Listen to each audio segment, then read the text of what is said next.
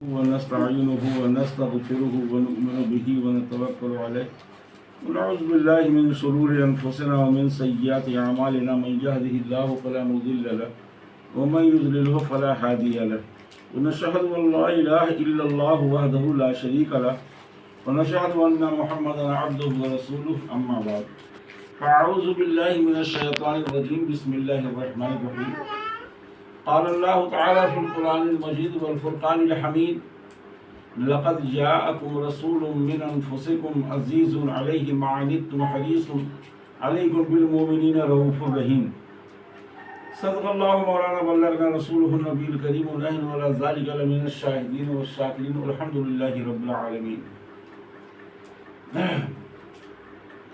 قرآن کریم گرہ پارے کی آخری صورتیں تلاوت کی. اللہ رب العالمین اس آیت کریمہ میں اپنے محبوب صلی اللہ علیہ وسلم کا خاص طور سے ذکر فرمائے ان کی آمد کا. یہ ربیع الاول کا مہینہ بڑی برکت اور خیر کا مہینہ. علماء اسلام تو فرماتے یہ ہیں کہ ربیع الاول کا مہینہ سارے مہینوں سے افضل ہے.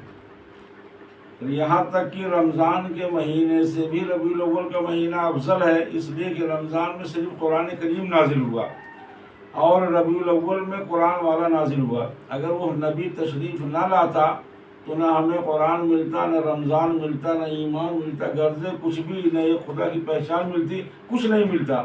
تو جو کچھ بھی ہمیں ملا ہے اسی نبی کی ذات سے ملا ہے اور نبی اس مہینے میں پیدا ہوا. ربیع الاول شریف کی 12 تاریخ کو میرے آقا پیدا ہوئے. اس ضمن میں حضرت عبداللہ ابن عباس رضی اللہ عنہ فرماتے ہیں کہ اللہ رب العالمین نے جب موسیٰ علیہ السلام کو نوازا کوہ طور پہ، بڑی اونچی مقام اور عظمت دیا، تو موسیٰ علیہ السلام نے عرض کیا میرے پروردگار جس مقام سے تو نے مجھے نوازا ہے مجھ سے پہلے مقام کسی کو تو نے نہیں دیا. رب نے فرمایا اے موسیٰ ہم نے تمہارے دل کو متواضع پایا تو اس مقام سے نواز دیا. اور فرمایا فخذ ما آتیناک وکن من الشاکرین ومطلع توحید حب محمد صلی اللہ تعالی علیہ وسلم کہ اے موسیٰ جو کچھ تمہیں دیا گیا ہے اس پر شکر کرو اور زندگی بھر میری توحید محمد صلی اللہ علیہ وسلم کی محبت پر قائم رہو. موسیٰ علیہ السلام نے عرض کیا پروردگار کیا تیری توحید کے ساتھ محمد کی محبت ضروری ہے؟ تو رب نے فرمایا اے موسیٰ اسی محمد صلی اللہ علیہ وسلم کی وجہ سے ساری کائنات کو پیدا کیا. لولا محمد و امته لما خلقت الجن والانس والجنة والنار والشمس والقمر ولا ملكا مقربا نبيا مرسلا ولا اياك. فرمایا کہ لولا محمد و امته اگر محمد صلی اللہ علیہ وسلم اور ان کی امت کو پیدا کرنا نہ ہوتا لما خلقت الجنة ولا النار ولا الشمس ولا القمر تو میں چاند، سورج، جنت، دوزخ، رات، دن، فرشتہ، جن، ملائکہ، کسی نبی اور رسول موسیٰ میں تمہیں بھی پیدا نہ کرتا اگر اسی نبی کو پیدا کرنا نہ تو اسی کی ذات سے ہم نے پیدا کیا. اور ایک حدیث قدسی میں ارشاد ہے رب فرماتا ہے کہ لولاک لما ظہرت الربوبیۃ اپنی خدائی کو بھی ہم ظاہر نہیں کرتے کہ ہم خدا ہیں، اسی نبی کی ذات سے ہم نے اپنی خدائی کو بھی ظاہر کیا. تو اللہ رب العالمین نے پہلے اس نبی پاک صلی اللہ علیہ وسلم کو پیدا کیا. اور کمال و خوبی یہ ہے کہ پروردگار عالم نے جس جگہ اس نبی کو پیدا کیا وہ جگہ ساری دنیا میں سب سے افضل ہے. جس زمانے میں آئے وہ زمانہ خیر القرون کرنے کا زمانہ، جو دین لائے وہ تمام دینوں سے اچھا، جو کتاب لائے قرآن کریم وہ ساری کتابوں سے اچھا، ان کے صحابہ ساری کائنات سے اچھے. غرض وہ نبی جس شہر میں جس جگہ جس مہینے میں آیا وہ مہینہ تمام مہینوں سے افضل، وہ نبی تمام نبیوں سے افضل. سرکار اعلیٰ حضرت کہتے ہیں کہ سارے اچھوں میں اچھا سمجھیے جسے ہے اس اچھے سے اچھا ہمارا نبی. سارے اونچوں میں اونچا سمجھیے جسے ہے اس اونچے سے اونچا ہمارا نبی. تو اعلیٰ حضرت عظیم البرکت یہ صحابہ کرام کی زندگی کا ترجمہ فرماتے تھے. اللہ رب العالمین میرے نبی کو پیدا کیا تو نور پیدا کیا، ساری چیزوں سے پہلے پیدا کیا.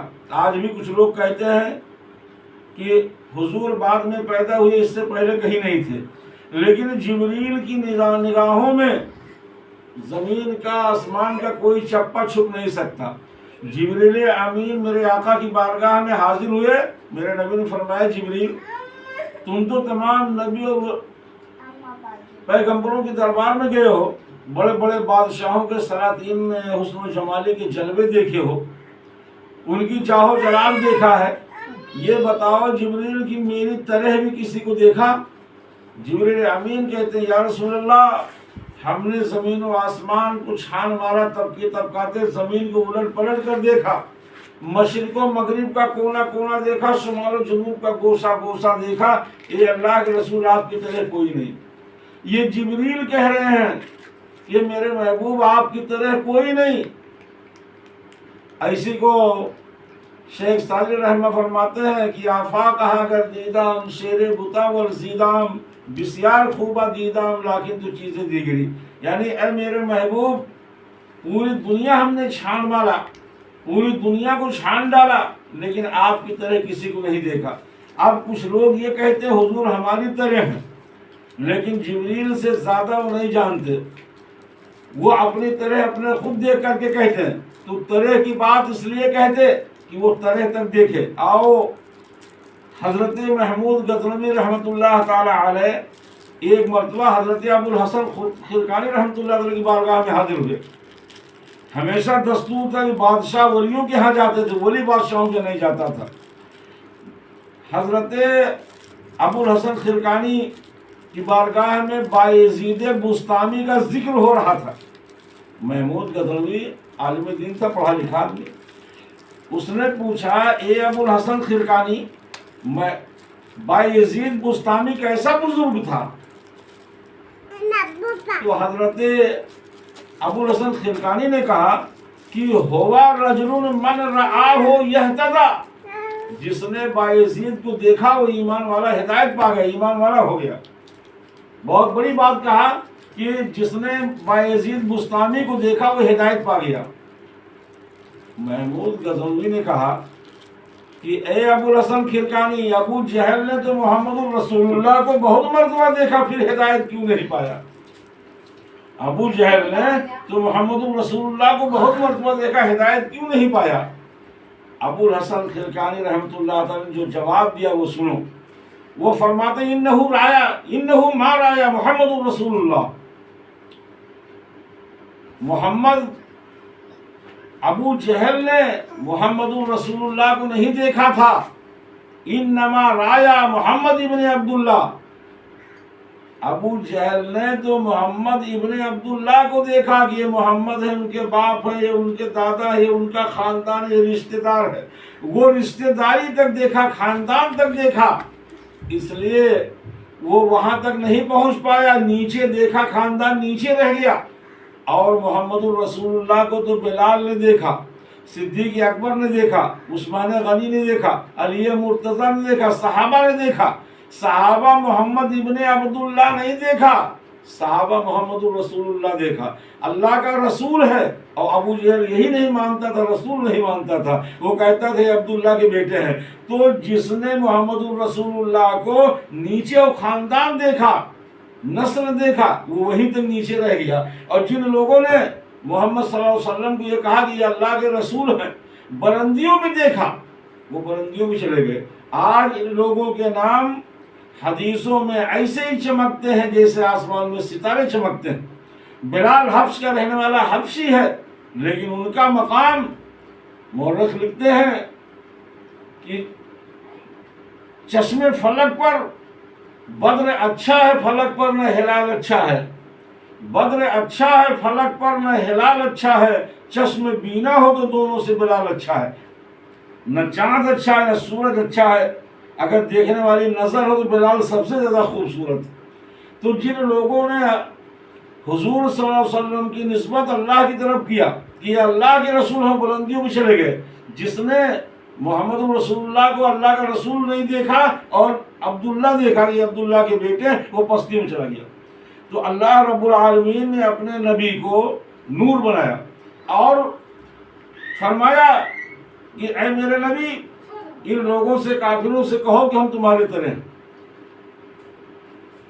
صحابہ کرام حضور صلی اللہ علیہ وسلم کو دیکھے کہ روزہ رہ رہے ہیں۔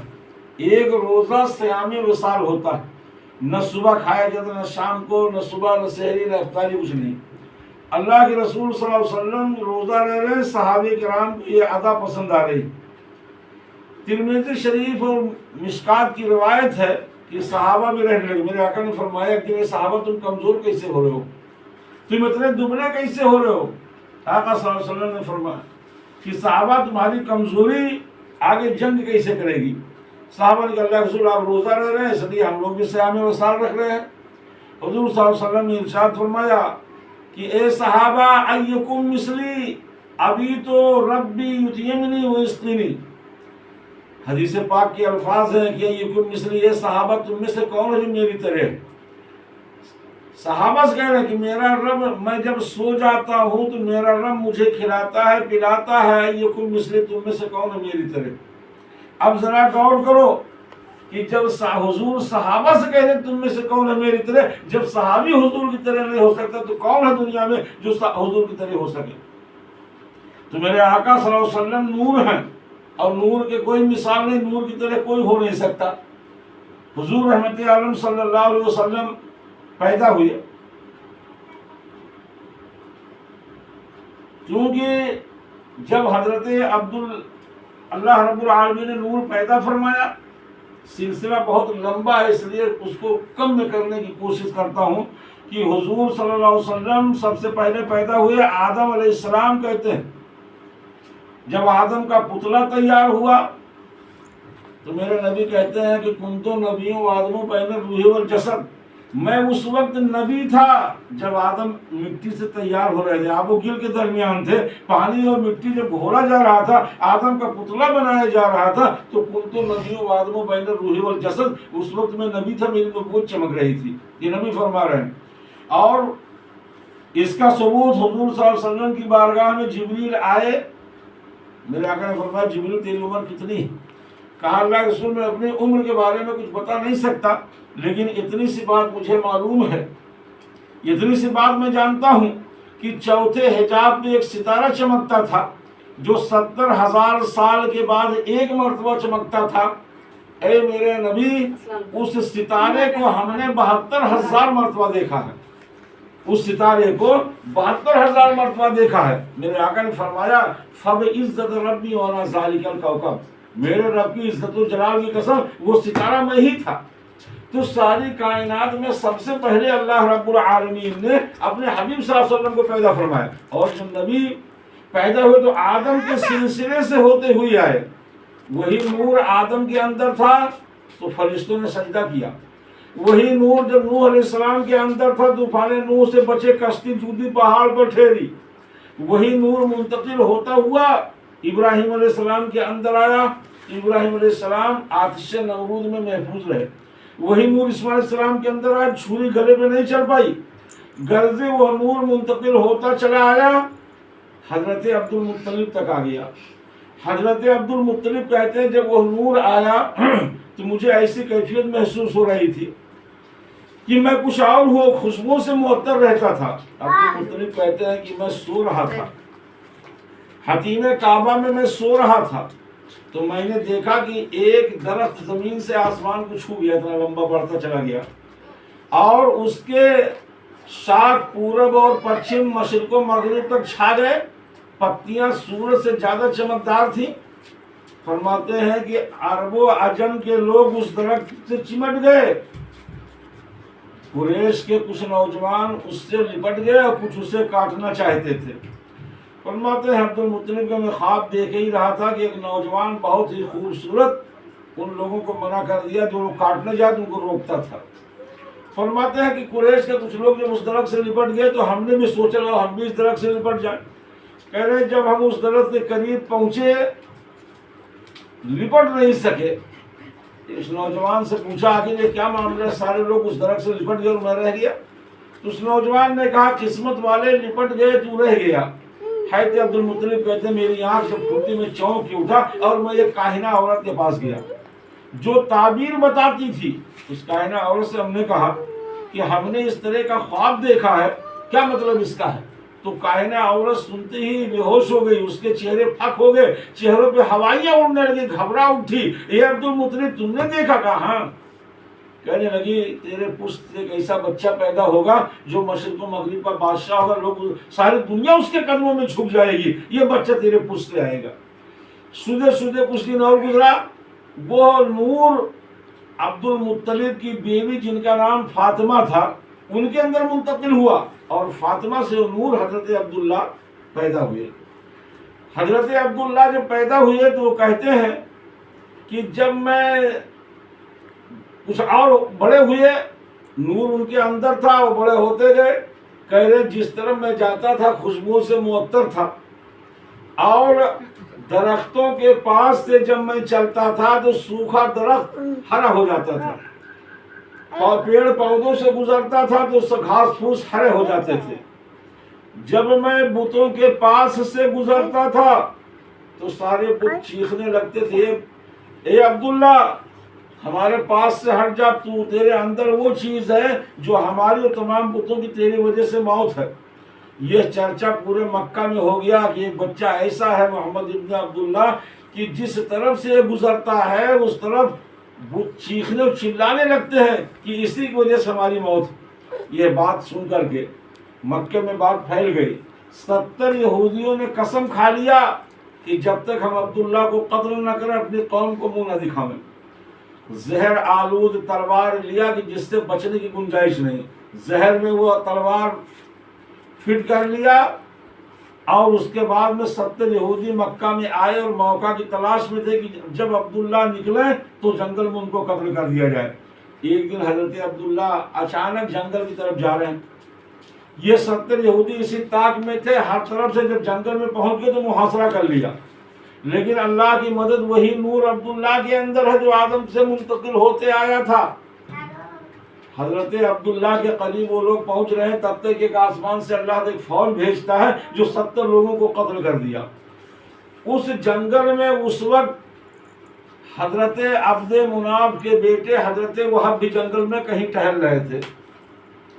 حضرت عبداللہ جب ان ڈاکوؤں سے، ان بدماشوں سے، یہودیوں سے محفوظ ہو گئے، اپنے گھر گئے، واقعہ بیان کیا تو وہب گھر اپنے آ گئے، اپنی بیوی برہ بنت عزدہ سے کہا کہ میری بیٹی جو آمنہ ہے عبداللہ سے بہتر کوئی رشتہ نہیں۔ حضرت آمنہ کا رشتہ برہ کو بھیجا اپنی بیوی کو کہ عبد المطلب سے کہہ دو کہ اپنے بیٹے عبداللہ کا رشتہ میری بیٹی آمنہ سے کر لیں۔ انہوں نے کہا چلو، رشتہ دیا، اللہ کو منظور تھا، عبد المطلب نے رشتہ منظور کر لیا، شادی ہو گئی۔ حضرت عبداللہ 2 مہینہ تک مکے میں رہے۔ ایک دن مکے میں نکل رہے تھے تو ام قتال نام کی ایک عورت تھی جو عبداللہ کو دیکھتی تھی تو ہمیشہ شادی کی خواہش کرتی، تو عبداللہ ہمیشہ یہی کہتے تھے کہ میرے باپ عبد المطلب جہاں شادی کریں گے میں وہی کروں گی، میں وہی کروں گا جہاں تمہیں کہنا اپنا جا کر کے اپنے باپ سے کہہ دو۔ وہ بار بار تقاضا کرتے تھے کہ اے عبداللہ تم خاندان میں سب سے زیادہ خوبصورت ہو، میری شادی تم کر لو۔ حضرت عبداللہ انکار کرتے رہے کہ میرے باپ جہاں چاہیں گے وہی شادی ہوگی۔ بہرحال شادی تو حضرت آمنہ سے ہو گئی۔ ایک دن مکے میں نکلے تو ام قتال نے پھر بڑی غور سے، جو ہمیشہ عبداللہ کو غور و فکر سے دیکھتی تھی، اچانک نظر پڑتی ہے، نظر پھیر لیتی۔ عبداللہ نے کہا ام قتال ہمیشہ تو مجھے بڑے غور سے دیکھتی رہتی تھی، آج نظر پھیر کیوں لیا، کیا دشمنی ہے؟ تو اس نے کہا کہ اے عبداللہ جو نور تیرے اندر تھا جس کی مجھے تلاش تھی وہ آمنہ کے گود چلا گیا، وہ آمنہ کی شکم میں چلا گیا، وہ نور تیرے پاس نہیں ہے، اس لیے مجھے تیری کوئی تلاش نہیں۔ بہرحال تاریخ بتاتی ہے کہ 2 مہینہ 2.5 مہینہ کے قریب گزرا تو عبد المطلب نے کہا کہ بیٹے اب تمہاری شادی ہو گئی ہے، اب تجارت کے لیے جاؤ۔ ایک قافلہ مدینہ طیبہ جا رہا تھا، بعض مورخ کہتے ہیں ملک شام جا رہا تھا، اس قافلے کے ساتھ حضرت عبداللہ قافلے میں چلے گئے کھجوروں کو خریدنے کے لیے، تجارت کرنے کے لیے۔ جب مدینہ طیبہ میں پہنچے جہاں ان کا ننیحال تھا بنی عدی خاندان میں، تو اچانک طبیعت عبداللہ کی خراب ہو گئی۔ عبداللہ کی طبیعت خراب ہوئی، 25 دن تک طبیعت خراب تھی، اور قافلہ والے اپنا تجارت کر کے مدینہ سے مکہ آ گئے۔ حضرت عبد المطلب نے پوچھا کہ عبداللہ کہاں گیا؟ کہا کہ اس کی طبیعت خراب ہو گئی اور بہت بری طرح سے طبیعت خراب ہے، وہ اپنے ننیحال میں ہے۔ اسی اسنا میں عبد المطلب نے اپنے بڑے بیٹے حارث سے کہا کہ جاؤ دیکھو عبداللہ کی طبیعت خراب ہے، اسے لے آؤ۔ حارث جس وقت مدینہ میں پہنچتے ہیں اس وقت عبداللہ کا انتقال ہو چکا تھا۔ عبداللہ کا انتقال ہو چکا تھا، پورا گھر ماتم بنا ہوا تھا۔ عبداللہ واپس آ گئے، عبداللہ کے بھائی جو حارث تھے وہ واپس آ گئے گھر پہ اس کی خبر دیا کہ اے عبد المطلب، میرے والد محترم عبداللہ کا انتقال ہو گیا۔ فرماتے یہ ہم مورخ لکھتے ہیں کہ سارا گھر ماتم کدا بن گیا، پورے مکے کے خاندان قریش کے لوگ ماتم منا رہے تھے اور کہہ رہے تھے کہ آمنہ کی ابھی شادی ہوئی ہے، ابھی شادی کی خوشیاں پرانی بھی نہیں ہوئی، عبداللہ انتقال کر گیا۔ حضرت آمنہ جو مرثیہ لکھی اپنے شوہر کے بارے میں کہ ہائے میرے سرتاج، ابھی تم نے میرے ساتھ زندگی کے لمحات بھی نہیں گزارے، اس دنیا سے چلے گئے۔ فرماتے اس مرثیہ کو پڑھنے کے بعد کلیجہ منہ کو آنے لگتا۔ آمنہ جس آہ و فغاں سے رو رہی تھی اور گریہ وزاری کر رہی تھی۔ بہرحال سارا خاندان جان چکا تھا کہ عبداللہ کا انتقال ہو گیا ہے۔ آمنہ کے لیے بڑے مشکل گھڑی ہے، لیکن بات صرف اتنی تسلی تھی کہ آمنہ کے اندر حمل تھا۔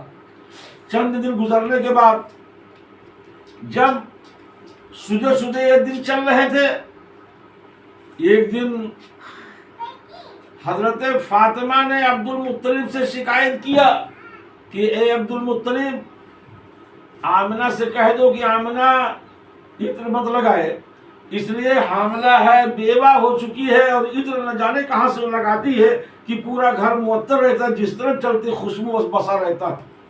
عبد المطلب نے کہا کہ یہ کام تیرا ہے، تو اپنی بہو سے کہہ کہ عطر مت لگائے۔ کہتی ہے حضرت فاطمہ کہتی ہیں کہ میں جب آمنہ کے قریب جاتی ہوں، اس کے شکل کو دیکھتی ہوں، میری ہمت نہیں پڑتی میں اس سے کہوں۔ عبد المطلب نے کہا تو نہیں کہتی تو میں کہوں؟ کہنے لگی کہ تو ہی کہہ دے، میرا کلیجہ نکل جاتا جب آمنہ سامنے آتی ہے، اس کا شوہر نہیں ہے، اس لیے مجھے دہشت آتی۔ حضرت عبد المطلب نے بلایا، کہا بیٹی آمنہ، ایسے حالات میں تم بتاؤ عطر کہاں سے پاتی ہو؟ اس نے کہا، حضرت آمنہ نے کہا کہ ابا یہ عطر نہ میرا کوئی رشتہ دار ہے، نہ میرے گھر کوئی آتا ہے، نہ میں کہیں جاتی ہوں، نہ کہیں پاتی ہوں، عطر میں کہیں نہیں لگاتی ہوں۔ جب سے میرے شکم میں حمل آیا ہے تب سے میں جدھر بھی جاتی ہوں، یہاں تک کہ میں استنجے خانے میں جاتی ہوں، خوشبو سے معطر ہو جاتا ہے، اور ایسی خوشبو ہے کہ نہ وہ خوشبو یمن میں ملتی ہے، نہ وہ خوشبو ملک شام میں ملتی ہے۔ ایسی خوشبو آتی ہے کہ میرا بدن خوشبو سے ویسا معطر رہتا ہے۔ حضرت عبد المطلب سمجھ گئے، کہا بیٹا ٹھیک ہے، عطر مت لگانا۔ کہا ابا میں عطر لگاتی ہی نہیں ہوں، خوشبو سے خود بخود میرا بدن مہکتا ہے۔ اس طرح سے کچھ دن اور گزر گئے۔ حضور مورخ لکھتے ہیں، تفسیروں میں آتا ہے کہ حضور کو پیدا ہونے میں 52 دن باقی تھا۔ تب تک ابرہہ ایک بادشاہ جو ملک یمن میں نجاشی بادشاہ کی طرف سے یمن کا گورنر تھا، اس نے کہا کہ لوگوں اب کعبہ حج کرنے نہ جاؤ، پھر حج کرنے کے لیے یمن میں آؤ۔ اور اس نے کعبہ پہ چڑھائی کر دی، اگر کعبہ حج کرنے جاؤ تو میں کعبہ گرا ہی دوں گا۔ ابرہہ بادشاہ اپنا لشکر لے کر کے اور کعبہ کی طرف گرانے کے لیے چل پڑا۔ مکہ معظمہ میں خبر بھیج دی، مکہ کے لوگ ہاتھی نہیں دیکھے تھے، گھبرا اٹھے، پہاڑوں میں جا کے چھپ گئے کہ ہاتھیوں کو ہم نے دیکھا نہیں، ہاتھیوں سے مقابلہ ہم نہیں کر پاؤں گے۔ لیکن تاریخ کہتی اس وقت عبد المطلب اور ان کے خاندان کے 12 لوگ کعبہ میں موجود تھے۔ ابرہہ جب چلا وہاں سے تو مقام وادی محشر ایک مقام ہے، وہاں اس کے گھوڑے ہاتھی سب ہتھیار ڈال دیے، سجدے میں گر گئے ہاتھی کہ اب ہم کعبہ کی طرف نہیں جائیں گے۔ ابرہہ بادشاہ جس ہاتھی پہ بیٹھا تھا اس ہاتھی کا نام محمود تھا۔ جب اس ہاتھی کو واپس لاتے تو بہت تیزی میں دوڑتا تھا، اور جب کعبہ گرانے کی طرف چلانے کو ڈانٹتے اور سختیاں کرتے تو سجدے میں سر ٹیک دیتا، پھر سر نہیں اٹھاتا۔ ابرہہ نے کہا تھوڑا مشکل معاملہ آ گیا، اب پیدل ہی چلنا پڑے گا۔ کیمپ ڈال دیا، سارے لوگ وہاں رک گئے۔ ابرہہ کے کچھ سپاہی مکہ معظمہ کا جائزہ لینے گئے تو کچھ لوگوں دیکھا مکہ خالی ہے، لوگوں کے اونٹوں کو ہانک کر کے لے آئے۔ حضرت عبد المطلب طواف کعبہ میں تھے، ان کے بھی اونٹوں کو ہانک لیا۔ جب طواف کر کے گھر پہ آئے تو پتہ یہ چلا کہ عبد المطلب ابرہہ کے سپاہی آئے تھے، تیرے بھی اونٹوں کو ہانک لے گئے اور لوگوں کے اونٹوں کے ساتھ۔ اس وقت عبد المطلب ایک گھوڑے پہ سوار ہوئے اور سوار ہونے کے بعد ابرہہ کے خیمے کی طرف چلے۔ چونکہ ابرہہ خاندانی دشمن تھا، ابرہہ دیدہ دانستہ تھا۔ جب عبد المطلب کو دیکھا کیمپ سے باہر نکل کر کے بڑے خاطر و مطالعت کیا اور پوچھا کیسے آئے ہو؟ تو عبد المطلب نے کہا کہ تیرے سپاہی ہمارے اونٹ لے کے چلے آئے اور میں انہیں اونٹوں کے لیے آیا ہوں۔ اس نے کہا اے عبد المطلب، تعجب ہے کہ ایک ناچیز شے کا ذکر کرتے ہو، نہیں کعبے کی فکر اونٹوں کی اپنے فکر کرتے ہو۔ تعجب ہوتا ہے کہ ایک ناچیز شے کی فکر کرتے ہو اور کعبہ کی فکر نہیں کرتے، میں کعبہ گرانے آیا ہوں۔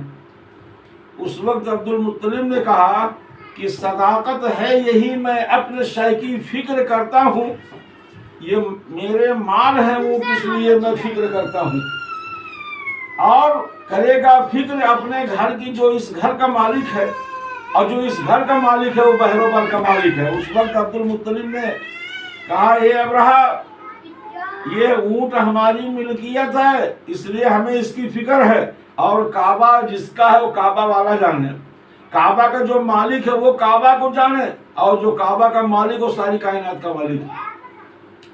ابرہہ نے کہا اے سپاہیوں، ان کے اونٹ انہیں واپس کر دو، ٹھیک کہتے ہیں، یہ اونٹ ان کے ہیں، ان کی ملک ہے، ان کو واپس کرو، یہ کعبہ روکنے کے لیے نہیں آئے کہ مت گراؤ۔ اونٹ واپس کر دیے چلے آئے۔ عبد المطلب نے خانے کعبہ میں حضرت آمنہ کو بلا کے بیٹھا کر کہا اے اللہ، اگر محمد الرسول اللہ آمنہ کے شکم میں ہیں تو پروردگار کعبہ کی حفاظت کر لے۔ ادھر عبد المطلب نے دعا مانگا، ادھر اللہ رب العالمین نے جبدہ کی طرف سے ابابیلوں کا لشکر بھیج دیا۔ جو ابابیلوں نے لشکر میں پہنچ کر کے، مورخ کہتے ہیں کہ ہر پرندہ 3 کنکر لیے تھا، 2 پنجوں میں 1 چونچ میں، اور جس کنکر سے جس آدمی کو مارتا تھا اس کے سر پہ کنکر پڑتے پیر سے نکل جاتا تھا گھس کے، اور بعض مورخ کہتے ہیں اس کنکر میں اس کا نام بھی ہوتا تھا جس سے جو مرنے والا ہوتا تھا۔ اس طرح سے ابرہہ کا لشکر، قرآن کہتا ہے کہ الم تری کیف فعل ربک باصحاب الفیل، اے محبوب کہ آپ نے نہیں دیکھا اللہ نے ہاتھی والوں کے ساتھ کیا کیا۔ بہرحال کاشف معقول کہہ کے بتا دیا کہ وہ لوگ ایسے ان سے کھائی ہوئی کھیتی نست نابود ہو گئے۔ اب 52 دن گزر گیا۔ جب آمنہ کے شکم سے نبی پیدا ہوئے، اللہ کے رسول صلی اللہ علیہ وسلم پیدا ہوئے، اس وقت سارے مکہ میں خوشی کی لہر آ گئی کہ حضور پیدا ہوئے ہیں۔ سارے لوگوں کو وہ کم بھول گیا۔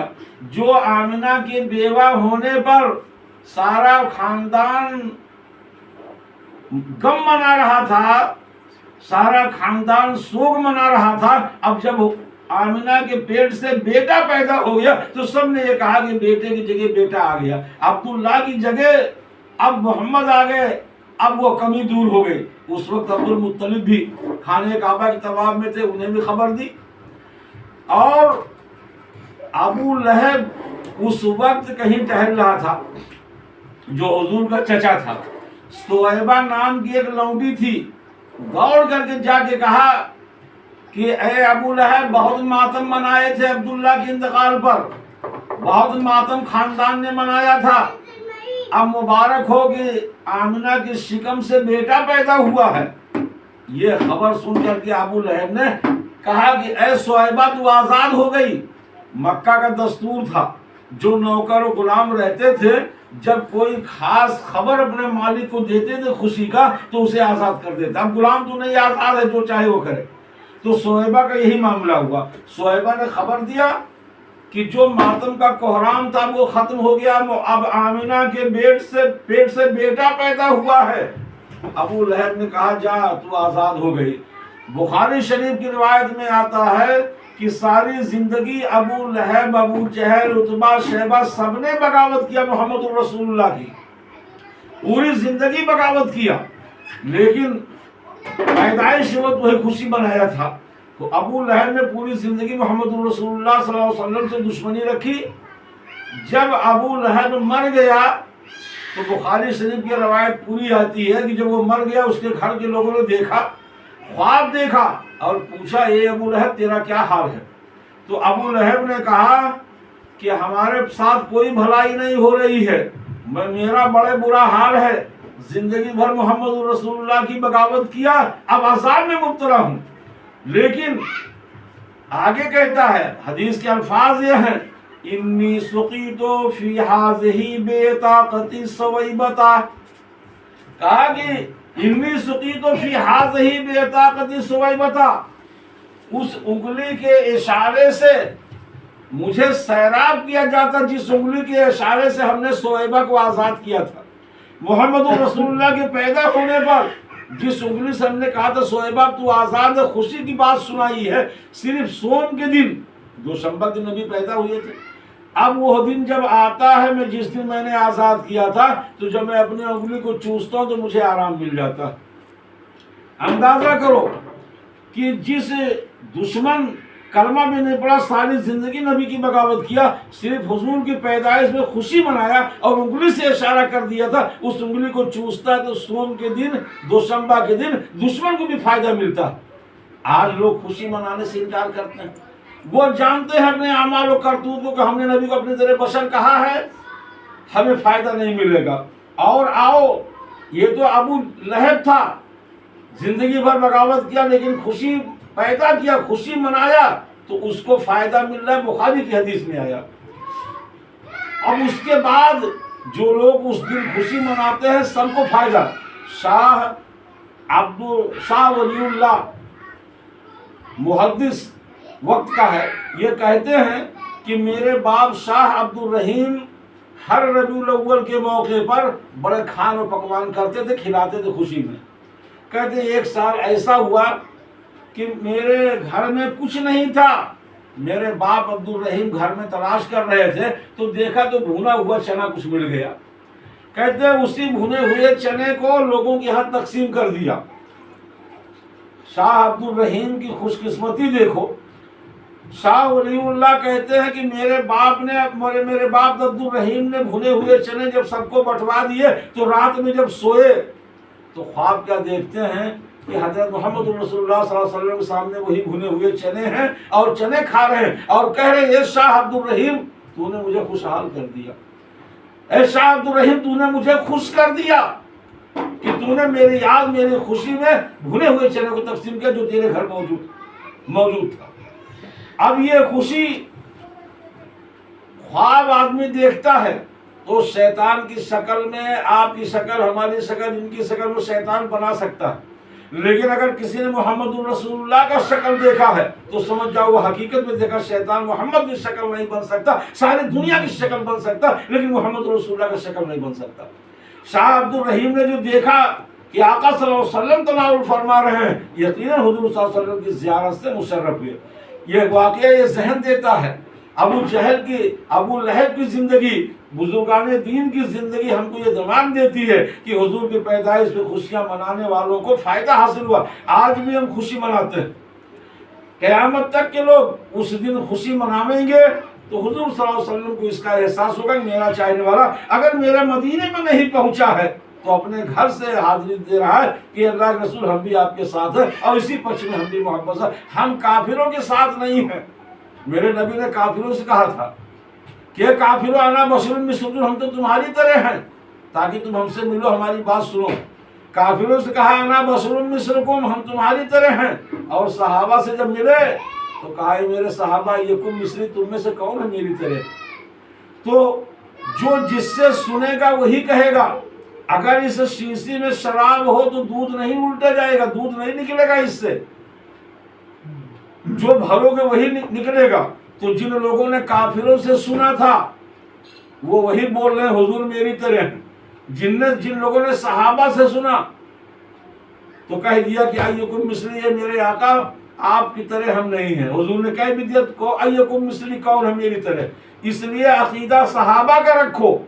صحابہ کا عقیدہ رکھو گے مجدد اعلیٰ حضرت کا عقیدہ رکھو گے بیڑا پار ہوگا، حضور کی زیارت ہوگی. اور اگر ابو جہل اور لہب کا عقیدہ رکھو گے حضور میری طرح ہے، تو یہ سمجھ جاؤ کہ ابو جہل نے ابو لہب نے حضور کو دیکھا نہیں تھا. یہ محمد ابن عبداللہ کو دیکھا، تم بھی یہی دیکھتے ہو کہ محمد میری طرح کھاتے پیتے، میری طرح چلتے پھرتے، لیکن یہ نہیں دیکھتے ہو کہ محمد نے اشارہ کے چاند تو ٹکڑے ہو گئے. کہاں لے جاؤ گے؟ بخاری کی حدیث ہے. میرے آقا صلی اللہ علیہ وسلم ڈوبے ہوئے سورج کو اشارہ کیا تو سورج نکل آیا. کہاں کہاں میرے نبی کی خوبیوں کو دیکھو گے؟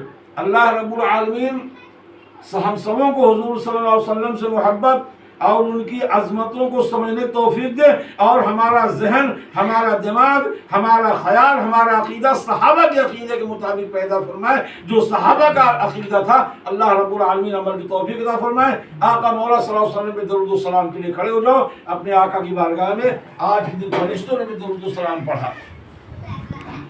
یا نبی سلام